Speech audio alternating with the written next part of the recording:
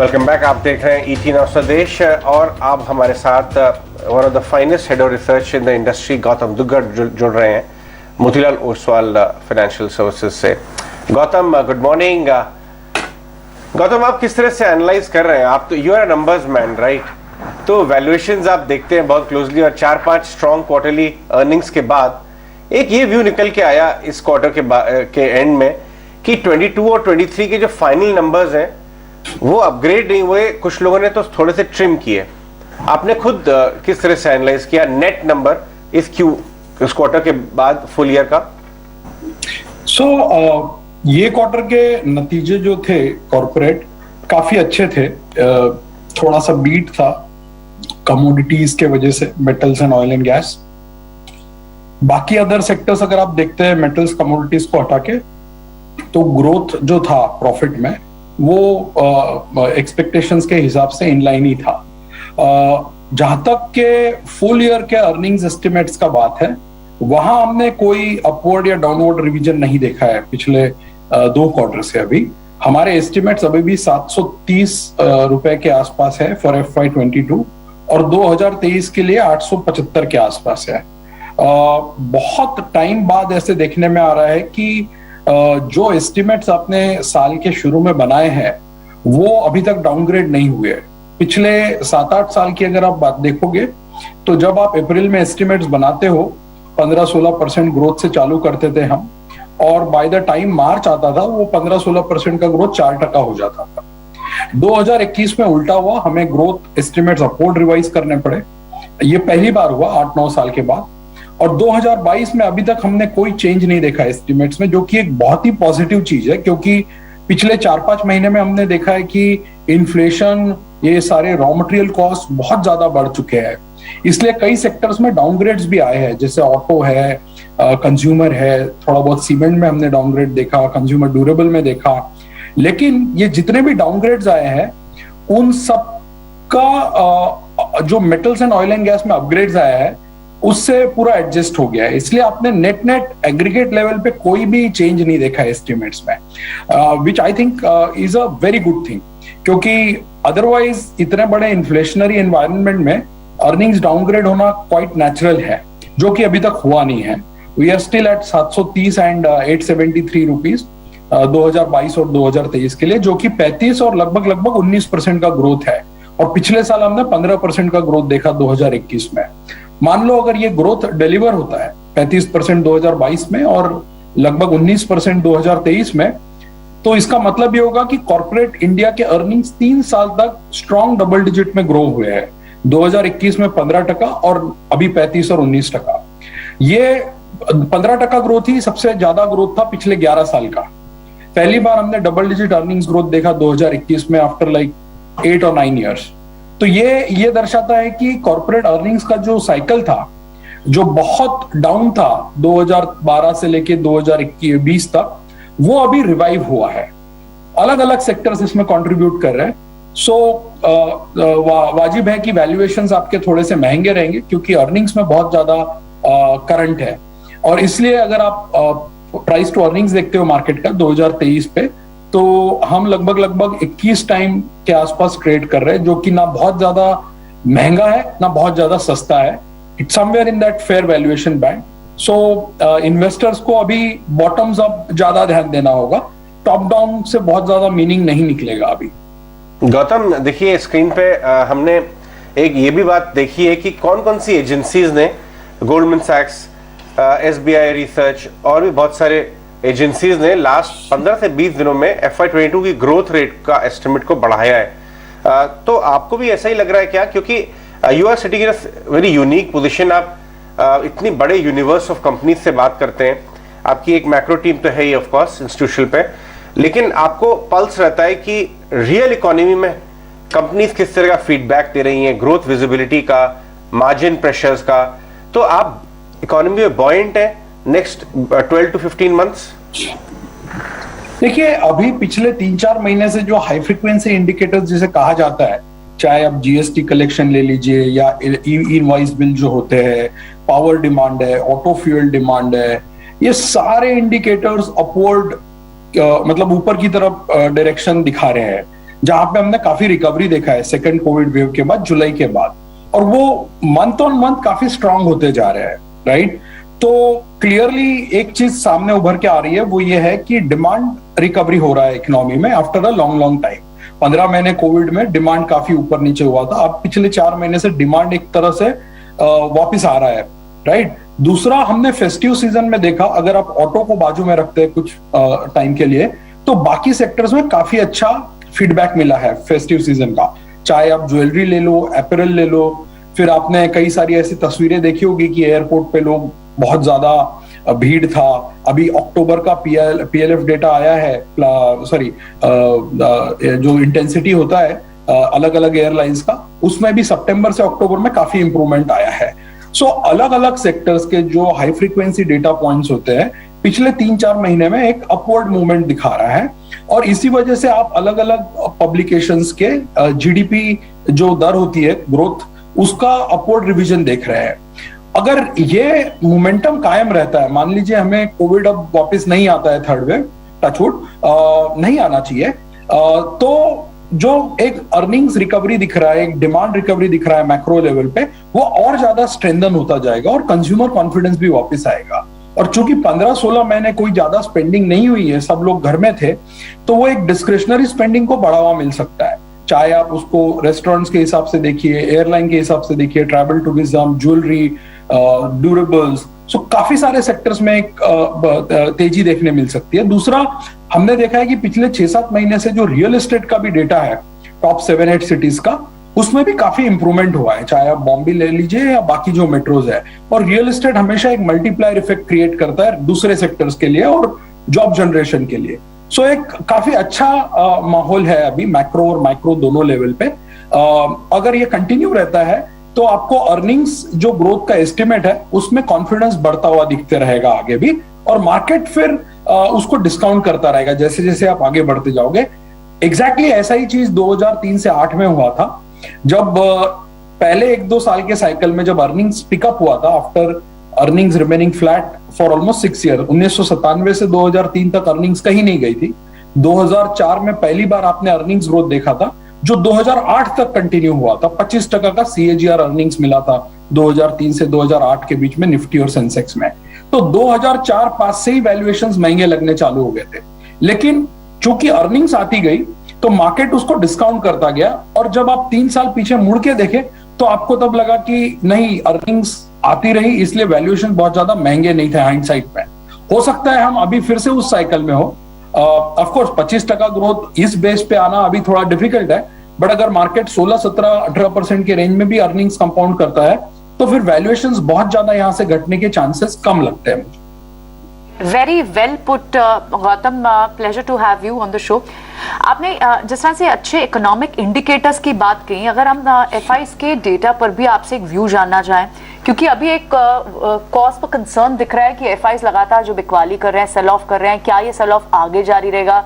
क्या Indian market से पैसा निकलकर उन मार्केट्स में जा रहा है जिनकी अंडर परफॉर्मेंस देखने को मिले पिछले कुछ महीनों में? क्योंकि we were clearly performing, we were outperforming the other indices, other markets. तो क्या उस केस में एफआईज क्या यहाँ से पैसा निकाल कर कहीं और पार्क करना चाह रहे हैं, या फिर एक रूटीन एक्सरसाइज है, नवंबर एंड है, आगे ईयर एंड है और इस वक्त पर जनरली एफआईज का फ्लो थोड़ा कम हो जाता है? What is your view?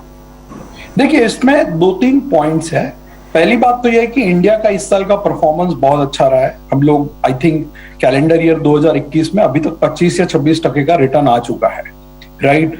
जबकि बाकी इमर्जिंग मार्केट्स का रिटर्न इतना अच्छा नहीं है। हम लोग amongst the top performing markets है, और हमारे वैल्यूएशंस भी जैसे कि अभी मैं बता रहा था थोड़े एक्सपेंसिव है, जो हमेशा से एक्सपेंसिव ही रहे हैं, राइट। इंडिया का अगर आप प्रीमियम देखते हैं वैल्यूएशन पे 10 साल का average versus emerging market MSCI, normally 50 से 45 के बीच होता है, अभी वो 80 से 90% के बीच में चला गया है। सो क्वाइट नेचुरल है कि सम पैसे का मूवमेंट होगा। इंडिया जहां पे परफॉर्मेंस बहुत अच्छा है और बाकी मार्केट जहां पे परफॉर्मेंस थोड़ा सा लैकलस्टर रहा है, some institutions will definitely move around some money here and there, right. Second, जैसे कि आपने कहा कि नवंबर दिसंबर है जहां पे एक्टिविटी थोड़ा कम हो जाता है, people try to close their books, जबकि पूरे साल का रिटर्न इतना अच्छा रहा है तो एक्स्ट्रा रिस्क लेने का उनको जरूरत नहीं लगता है। तो वो एंगल से भी थोड़ा सा पैसे में मूवमेंट हो सकता है। तो from an investors point of view ये सारी चीजें थोड़ा सा नॉइज होती है शॉर्ट टर्म में। अल्टीमेटली जो मैटर करता है वो है कॉर्पोरेट अर्निंग्स, राइट। हमने देखा कि 2010 से 2020 में इंडिया का कॉर्पोरेट अर्निंग्स का ग्रोथ कंपाउंडिंग केवल 6.5% था, राइट। और निफ्टी का रिटर्न भी उस 2010 से पीरियड के बीच में 20 के पीरियड के बीच में 8.5% ही था। तो मोर और लेस कॉर्पोरेट अर्निंग्स के साथ हमने मार्केट का रिटर्न्स कन्वर्ज होते हुए देखा है लॉन्ग पीरियड ऑफ टाइम में। अब जबकि कॉर्पोरेट अर्निंग्स इंप्रूव हो रही है तो मार्केट का रिटर्न भी आप देख रहे हो पिछले 1.5 साल से काफी इंप्रूव हो चुका है।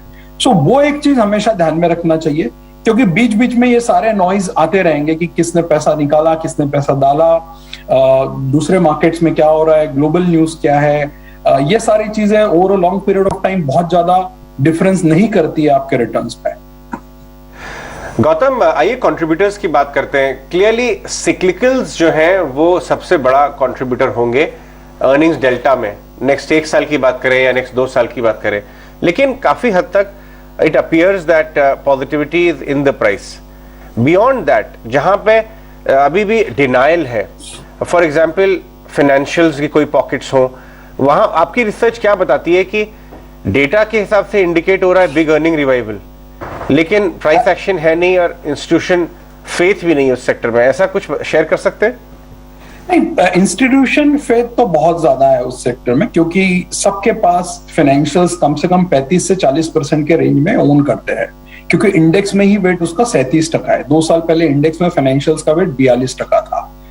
और अर्निंग्स जो है फाइनेंशियल्स की काफी स्ट्रांग रही है। अगर आप निफ्टी के 10 फाइनेंशियल कंपनीज उठा के देखें और उनका अगर आप अर्निंग्स ऐड करें तो 2018 में उनका अर्निंग्स लगभग 45,000 करोड़ था, राइट, जो 2021 में बढ़ के 1,11,000 करोड़ हो गया है। इस साल हमारा अनुमान है कि 1,54,000 करोड़ रहेगा, या आप मान लीजिए 1.5 लाख करोड़ के आसपास रहेगा। और 2023 में हमारा प्रोजेक्शन है 1,95,000 करोड़ के आसपास। तो अर्निंग्स पिछले 3 साल में ऑलरेडी बॉटम से 3 गुना बढ़ चुकी है फाइनेंशियल्स की, और यहां से भी अगले 2 साल में 30% बढ़ने का एक्सपेक्टेशन है। प्रॉब्लम ये है वहां पे कि this is a slightly over owned sector. Most of the people have financials bearing 1 or 2 funds. तो इसके वजह से क्या हो रहा है कि इंक्रीमेंटल पोजीशन ऐड करने के लिए पोर्टफोलियो में बहुत ज्यादा जगह नहीं है। दूसरी बात जो आपने कही कि सिक्लिकल्स में बहुत ज्यादा रिवाइवल हमने देखा है पिछले 1.5 साल में। आपको याद होगा मेटल्स स्टॉक 7-8 साल कुछ नहीं किए थे, राइट, मेटल्स के अर्निंग्स भी कहीं नहीं गए थे, और suddenly in the last 2 years metal stocks have gone up 4 या 5 गुना। उनका प्रॉफिट भी जो 2 साल पहले 7,000 करोड़ था वो बढ़ के 70,000 करोड़ हो गया। ऑफकोर्स 7,000 करोड़ हो गया एब्सोल्यूट बॉटम। अभी अंडर ओन्ड सेक्टर था, और इतना ज्यादा जब रिवाइवल हुआ है अंडरलाइन कमोडिटी प्राइसेस में और मेटल्स कंपनीज के अर्निंग्स में, तो सबने अपने पोर्टफोलियो में वो शिफ्ट की। 2020 के बिगिनिंग में हमने देखा यही शिफ्ट फार्मा में होते हुए। 2021 में अब हम देख रहे हैं केमिकल्स में, रियल एस्टेट में। तो सेक्टर रोटेशन बहुत हुआ है पिछले 1.5 सालों में। अगर आप एक सेक्टर लेके बैठे रहे तो आपका पोर्टफोलियो का अंडर परफॉर्मेंस आएगा वर्सेस निफ्टी। बट आपने देखा पिछले 8 क्वार्टर का अगर आप डेटा निकाल के देखोगे, कोई भी इंडेक्स आप ले लीजिए, BSE 200, 500, NSE 500, और उसको सेक्टर में डिवाइड कर लीजिए, हर क्वार्टर में 3 अलग सेक्टर टॉप 3 में थे और 3 अलग सेक्टर बॉटम 3 में थे। सो सेक्टर रोटेशन काफी हुआ है। आज के तारीख में अगर आप देखते हैं सारे मेन स्ट्रीट सेक्टर्स में, मुझे फाइनेंशियल सबसे ज्यादा सेंसिबली वैल्यूड लगता है, और जहां सबसे अच्छा अर्निंग्स ग्रोथ प्रोजेक्शंस का भी अनुमान है। सो हम इन्वेस्टर्स को एडवाइस कर रहे हैं कि ये सेक्टर ओवरवेट पोजीशन में रहना चाहिए। इसके अलावा हमें आईटी बहुत अच्छा लगता है पिछले 2 साल से, जो हमारे खुद के मॉडल पोर्टफोलियो में सबसे ज्यादा ओवरवेट स्टांस आईटी का है। 300 बेसिस पॉइंट हमने ओवरवेट स्टांस रखा है आईटी पे पिछले 2 साल से, और वहां पे भी अर्निंग्स काफी अच्छी है, कंपनीज की कमेंट्री बहुत अच्छी है। सो ये 2 सेक्टर हमारे सबसे बड़े ओवरवेट पोजीशन वाले सेक्टर्स हैं हमारे मॉडल पोर्टफोलियो में। इसके अलावा फिर कंज्यूमर ओवरवेट है, मेटल्स और सीमेंट ओवरवेट है। सो हमको basically just to cut short, आपका जो क्वेश्चन था, फाइनेंशियल्स में हमको काफी पॉजिटिव आउटलुक है, जहां अर्निंग्स भी है और वैल्यूएशंस पिछले 2 साल के अंडर परफॉर्मेंस के बाद लार्ज कैप्स में हमारा बायस लार्ज कैप की तरफ ज्यादा है फाइनेंशियल्स में, चाहे बैंक्स हो या एनबीएफसी हो और नॉन लेंडिंग फाइनेंशियल्स हो। तो वहां पे अर्निंग्स बहुत सेंसिबल हो गई है अभी पिछले 2 साल के अंडर परफॉर्मेंस के बाद। ऑलराइट, साथ ही गौतम, हम आपसे एक व्यू जानना चाहेंगे, जो न्यूली लिस्टेड आईपीओज हैं, इस स्पेस को आप कैसे देखते हैं? एक व्यू ये भी निकल के आता है कि चाहे आप पेटीएम की बात करें, हालांकि 40% का हमने जो डेंट देखा था वो कई हद तक बॉट भी हो गया है, लेकिन आप अगर पेटीएम की बात करें, आप जोमैटो की बात करें, पॉलिसी बाजार की बात करें, एक व्यू ये भी होता है फंड हाउसेस की तरफ से कि these are not profit making business, जब तक ये प्रॉफिटेबल नहीं हो जाते तब तक हम इनमें बाइंग नहीं करना चाहेंगे। What is your view? आपको ये बिजनेस के लिहाज से, वैल्यूएशन के लिहाज से कैसे दिखते हैं? देखिए, इन्वेस्टर्स को अपने रिस्क एपेटाइट का ध्यान रखना होगा इन कंपनीज में इन्वेस्ट करते हो, बिकॉज ये बिजनेसेस बहुत वोलेटाइल रहेंगे स्टॉक मार्केट में, पब्लिक मार्केट्स में, क्योंकि इनका वैल्यूएशन करने का हर एक इंसान का तरीका अलग रहेगा, बिकॉज प्रॉफिट्स नहीं बन रहे हैं। तो कोई इन्हें प्राइस टू सेल्स पे वैल्यू करेगा, कोई एबिटा पे करेगा, कोई मेट्रिक पे करेगा। सो इसमें वोलेटिलिटी बहुत रहेगा आगे भी। एक चीज बहुत क्लियर है कि lot of this businesses are very strong, बहुत स्ट्रांग बिजनेस है ये अपने अपने फील्ड में, अपने अपने डोमेन में लीडरशिप पोजीशन पे है। चाहे आप जोमैटो ले लो, चाहे आप नाइका ले लो, या पॉलिसी बाजार या पेटीएम ले लो, सब अपने अपने फील्ड में काफी लीडरशिप मार्केट शेयर अटेन कर चुके हैं। इनका प्रॉफिट कब आएगा ये कह पाना बहुत डिफिकल्ट है। Management themselves are not very clear कि ये 2024 में आएगा, 25 में आएगा या 2030 में आएगा। सो इन बिजनेसेस में उन्हीं इन्वेस्टर्स को हाथ डालना चाहिए जिनके पास पहला लॉन्ग टर्म आउटलुक है, जिनको 6 महीना 3 महीना का ट्रेडिंग करना है, उनके लिए मेरे हिसाब से ये स्टॉक्स कंड्यूसिव नहीं रहेंगे। जिनका आउटलुक 3 साल 5 साल 10 साल का है, उन्होंने इन बिजनेसेस की तरफ देखना चाहिए। दूसरा, जब आप खरीदते हो तो थोड़ा मार्जिन ऑफ सेफ्टी इसमें रहना बहुत जरूरी है, जो कि हमने देखा कुछ स्टॉक्स जो अभी रिसेंटली लिस्ट हुए काफी डाउन टिक आया है उन स्टॉक्स में। सो वैल्यूएशंस इन बिजनेसेस में बहुत ज्यादा एक्सपेंसिव है, और जब आप एक्सपेंसिव वैल्यूएशंस पे एंट्री करते हो तो आपका रिटर्न बनने के लिए आपको टाइम ज्यादा लगता है, राइट? जो हमने पास्ट में भी देखा, अगर आप देखते हो कि 2000 के टेक बूम में जब टीएमटी बुल रन चला था नैस्डैक पे, इंडिया के सारे आईटी कंपनीज 100, 150, 200 के पीस पे होते थे उस टाइम पे। उसमें से काफी सारे कंपनीज आज नदारद है, वो एग्जिस्ट भी नहीं करते हैं, बट जो टॉप नॉच कंपनीज है वो आज भी मौजूद है। बट उनका रिटर्न उस पीरियड में, अगर आप 2000 में स्टॉक खरीदते थे तो अगला 5 साल जबकि अर्निंग्स ग्रोथ 40-40, 50-50% कंपाउंड हुआ था, बट फिर भी आपके स्टॉक ने अंडर परफॉर्म किया था, नेगेटिव रिटर्न्स दिया था, क्योंकि स्टार्टिंग वैल्यूएशंस बहुत एक्सपेंसिव थे। तो ये चीज हमेशा ध्यान में रखनी चाहिए लॉस मेकिंग बिजनेसेस खरीदते वक्त, स्पेशली जब आप उसको बहुत बड़े मार्केट कैप पे खरीद रहे हैं, right? So end of course this is meant for brave heart investors, not for traditional conservative investors. Right Gautam, capital goods और कैपेक्स थीम को थोड़ा सा और आपसे समझते हैं थोड़ा डिटेल में, क्योंकि ये बहुत बड़ा स्पेस है, इसमें लार्ज इंजीनियरिंग कंपनीज हैं और इसमें मिड साइज बहुत सारे इंटरमीडिएट प्रोवाइडर्स भी हैं। तो जब आप कैपिटल गुड्स को एनालाइज करते हैं या उनके मैनेजमेंट से बात कर रहे हैं, नंबर्स दिख रहे हैं, कौन सी कैटेगरीज विद इन दैट आपको दिखती हैं जो नेक्स्ट 3 to 5 years के हिसाब से वो प्ले कर सकते हैं या आपके यूनिवर्स में भी हो, आपके मॉडल पोर्टफोलियो में, कि अगर economic expansion is for real, यहां तो अर्निंग बूस्ट आएंगे ही? देखिए, इसमें 2 तरीके से देखना चाहिए। ये कैपेक्स रिवाइवल का चीज हम काफी दिनों से सुन रहे हैं, 2017 से हम सुन रहे हैं इसको, लेकिन अभी तक हुआ नहीं। इसका एक सिंपल रीजन ये है कि इकोनॉमी में कैपेसिटी यूटिलाइजेशन अभी भी 70-72% के बीच में है। जब तक कैपेसिटी यूटिलाइजेशन 75-80% के रेंज में नहीं जाएगा, बहुत बड़ा कैपेक्स आपको होते हुए दिखेगा नहीं, राइट? दूसरा चीज जो है इसमें काउंटर पॉइंट, वो ये है कि जो बड़े बड़े कंपनीज है जो कैपेक्स करने का, जिनके बैलेंस शीट में कैपेबिलिटी है, चाहे मेटल्स हो या सीमेंट है, ये दोनों सेक्टर्स के बड़े कंपनीज अभी भी डीलेवरेजिंग कर रहे हैं अपने बैलेंस शीट में, राइट? डेट कम कर रहे हैं, चाहे टाटा स्टील हो, हिंडाल्को हो, जेएसपीएल हो या अल्ट्राटेक हो, और भी कई सारे कंपनीज हैं इन सेक्टर्स में जिनमें पिछले 2 साल से हम देख रहे हैं कि काफी अच्छे से डीलेवरेजिंग हो रहा है। सो एक तरफ से अगर आप बैलेंस शीट से डेट हटा रहे हो तो साइमल्टेनियसली बहुत बड़ा कैपेक्स करने का मुझे उसमें लॉजिक नहीं दिखता इन कंपनीज का, right? So I am in the camp कि private capex revival will happen but not in the immediate term. मेरा व्यू है कि ये 2023 या 24 का स्टोरी है, राइट? दूसरा, जहां तक स्टॉक्स की बात है, हमारे मॉडल पोर्टफोलियो में कैपेक्स के लिए हमारे पास एक बड़ा एलोकेशन एलएनटी के लिए है। हमने अभी भी कोई भी mid cap capital good company model portfolio में नहीं रखा है।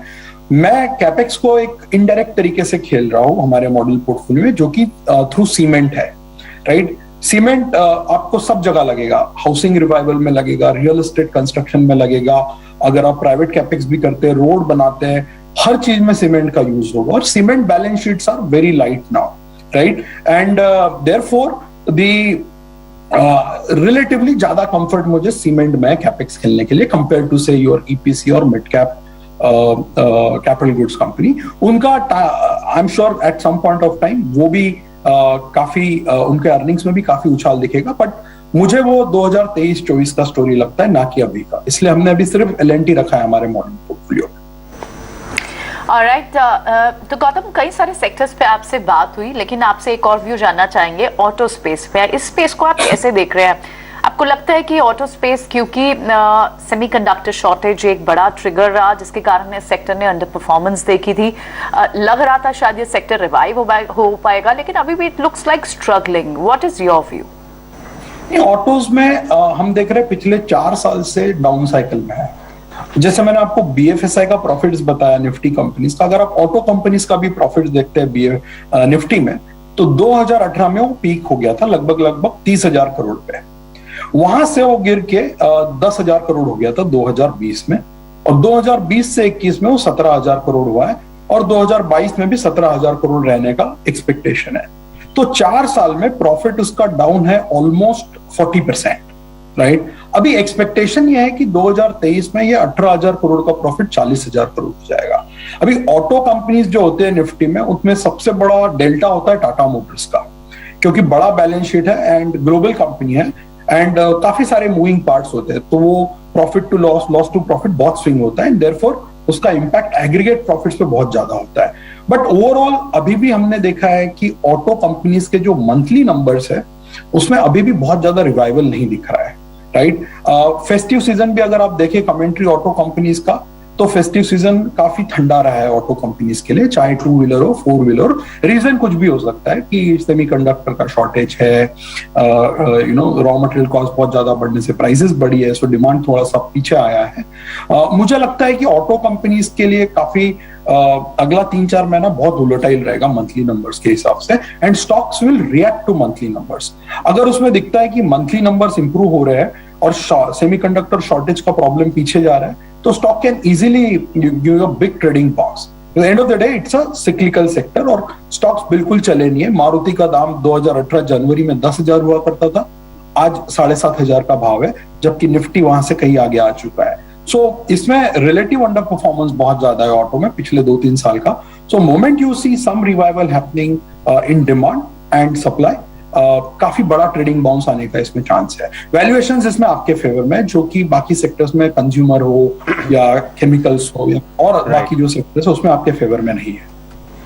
राइट गौतम, लास्ट क्वेश्चन, आप रियल एस्टेट सेक्टर को कैसे प्ले कर रहे हैं? Real estate service providers, construction companies या real estate company directly? Cement आपने थोड़ा बहुत बताया, या structure APL Apollo type companies, या कुछ और जो स्ट्रक्चर्स प्रोवाइड करती है, इनपुट्स प्रोवाइड करती है रियल एस्टेट के? सो अभी हमारा रियल एस्टेट पे कवरेज विद रेटिंग नहीं है। सो हमारा जो व्यू है रियल एस्टेट पे एज अ सेक्टर बहुत पॉजिटिव है, क्योंकि डेटा पॉइंट्स पॉजिटिव आ रहे हैं अलग अलग सिटीज के, and even unlisted regional builder से जब आप बात करते हैं तो यू कैन सी कि there is a improvement in demand. Interest rates almost bottom पे 6.5% पे आपको होम लोन मिल रहा है, और अफोर्डेबिलिटी थोड़ा सा बढ़ा है पिछले 4-5 साल में, क्योंकि रियल एस्टेट के दाम बहुत ज्यादा नहीं बढ़े, जबकि लोगों का सैलरी लेवल्स बढ़ा है। पैंडेमिक ने लोगों को एक इंपॉर्टेंस दिखाया है बड़े घर का या खुद का घर होने का, तो there is a general sentiment of buying a home.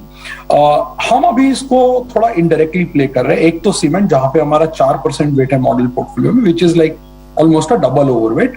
दूसरा मिड कैप्स है, APL अपोलो आपने एक नाम का है। इसके अलावा अगर आप देखते हो तो ड्यूरेबल्स है, जैसे वर्लपूल काफी अंडर परफॉर्म किया है पिछले 2-3 साल में, and a leader in its own segments. Asian Paints, Pidilite, this have been our traditional long term favourites for last 5-6 years now. तो वो सेकेंड ऑर्डर बेनिफिशियरीज है रियल एस्टेट रिवाइवल के, क्योंकि जब घर बनेगा उसमें आप पेंट करोगे, वाटर प्रूफिंग करोगे, फर्नीचर में एडिजिव्स का जरूरत पड़ेगा, तो ये स्लाइटली मोर स्टेबल कंपनीज है with a very long term proven track record and a very good management quality. So वो एक बास्केट जो है वो हमको काफी पसंद है. So this is how we are playing the real estate right now. All right, thank you so much, Gautav, for giving us time and sharing your valuable picks and analysis with us. आपने इतने सारे sectors पर हमसे बात की, बहुत बहुत शुक्रिया आपका. Thank you. और इसी के साथ वक्त एक छोटे से ब्रेक का है. जल्द वापस हाजिर होंगे तो हमारे साथ नेल्को के मैनेजमेंट भी जुड़ेंगे. कहीं मत जाएगा.